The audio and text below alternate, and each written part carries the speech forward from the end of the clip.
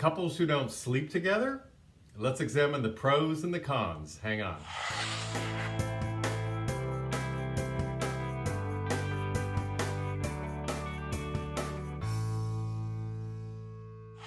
So when we want to be partnered with somebody, when we live together, when we get married, we have to examine what that's all about, why we're hooking up with somebody, choosing to spend the rest of our life with somebody, the underlying reasons for that, the motivation, it's all part of it.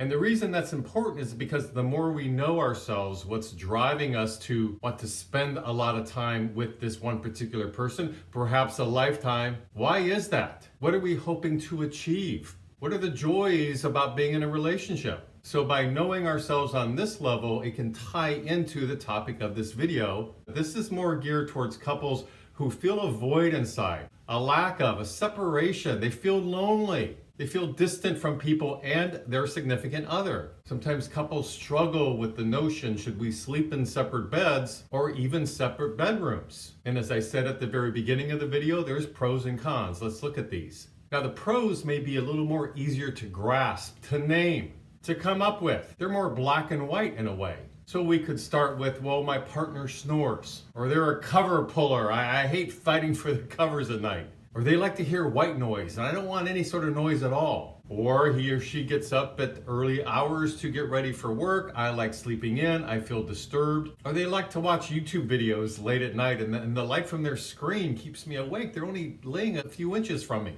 So the point of this, it's not going to be too difficult to come up with pros. People can even invent them if they want to. Take something that's not really too much of an issue and maybe make it be an issue. So not to say there aren't legitimate issues, restless leg syndrome, maybe some medical issues of some sort, even all the way to we don't need to sleep together when we really love each other. Why do we have to prove it in a way? But psychologically, let's look at the underlying reasons for this, if there are some, and then the cons of sleeping apart. The reason I asked earlier about your motivation to be in a relationship, because relationships are about bonding. It's about coming together with another human being and sharing our lives together. Not that people have to sleep together, but if that's not part of the relationship, then we have to ask ourselves, what's that about? It could be for legitimate reasons, like I just mentioned, but it could be for a variety of other issues where people are avoiding intimacy, finding a way to hide and not be highly invested or connected in the relationship. We could call this sleep divorce in a way. Is there a sleep divorce going on in your life? So if it is a way to avoid intimacy on some level with your partner, ask yourself, what's that about? You can have this internal discussion with yourself. Is it about your body? Is there body shaming or body shame involved? Well, I don't want my husband to see my big roll of fat here. Or I have bad breath when I'm in bed. Is it a way to keep one foot out the door, so to speak, in the relationship because things aren't going that great? There's some tension in the relationship. The tension really needs to be addressed. We need to get to the underlying reasons, the issues about what's going on. But if you're sleeping apart, it's a way to not have to really deal with that. That can happen. Or one partner realizing, I don't like to be touched. Not really, I don't want to be touched.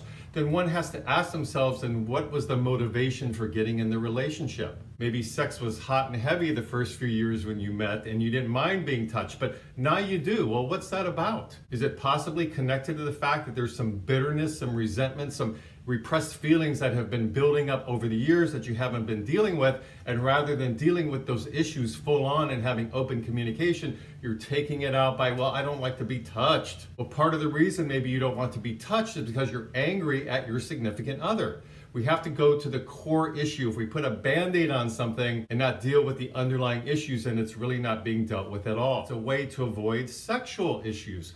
What's your love life like? What's your sex life like? Sometimes therapists ask this as a barometer to see what's going on in the relationship. Now, it's not saying couples have to have sex, but we need to understand why if they're not. What's that about? Having a sexual relationship and being touched can represent true intimacy, and sometimes people go at length to avoid that. It's too frightening for them. Well, that's not a healthy place to be in a relationship. If one's single, that's perfectly okay. But if one is joining up with somebody else and you've agreed to be intimate on these levels, perhaps you've been intimate in the past, and one now is pulling back from that, then it needs to be explored.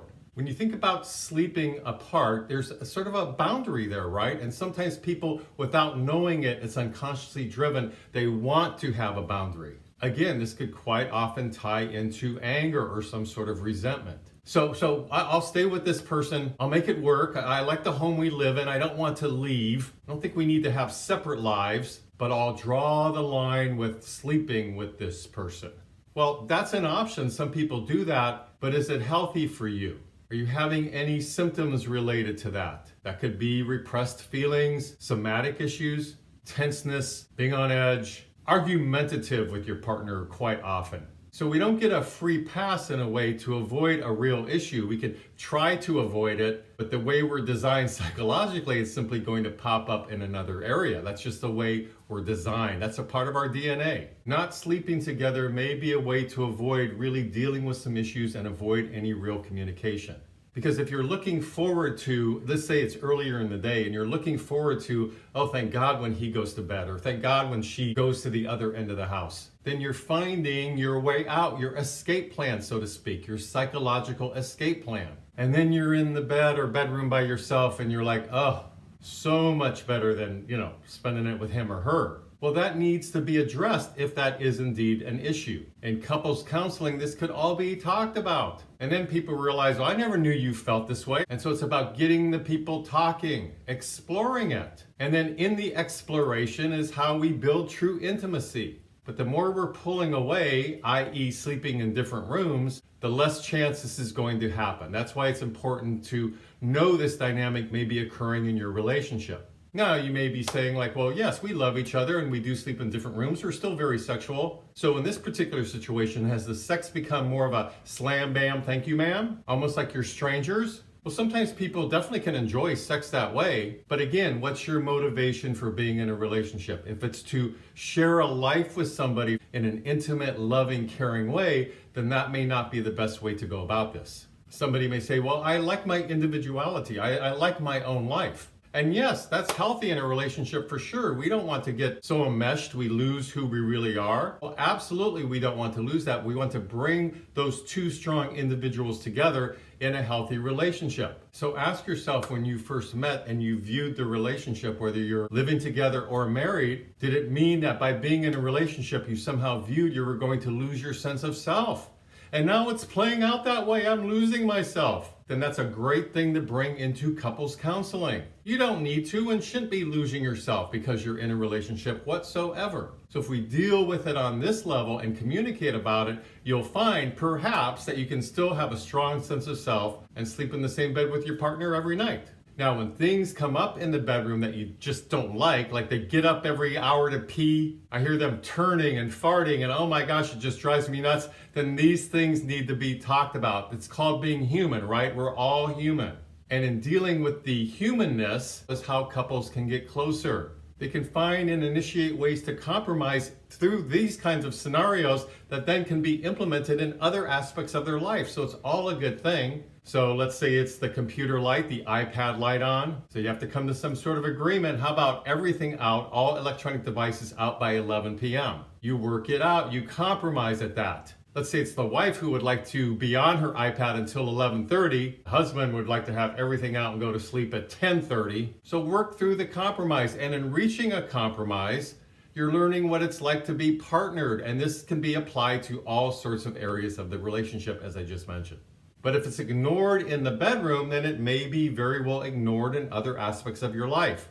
Also, another example that sometimes couples therapists may hear about is, well, I have bad dreams. I have nightmares from time to time, and I want to spare him or her from that. No, not at all. That's great stuff. What are the bad dreams about? Maybe the bad dreams are about your significant other. Let's talk about that. Let's examine it. Running from it and sleeping away from the partner is not the best way to solve this. Then if that's how you're feeling, it can be addressed on the level I'm talking about here by communicating and looking at things and building intimacy.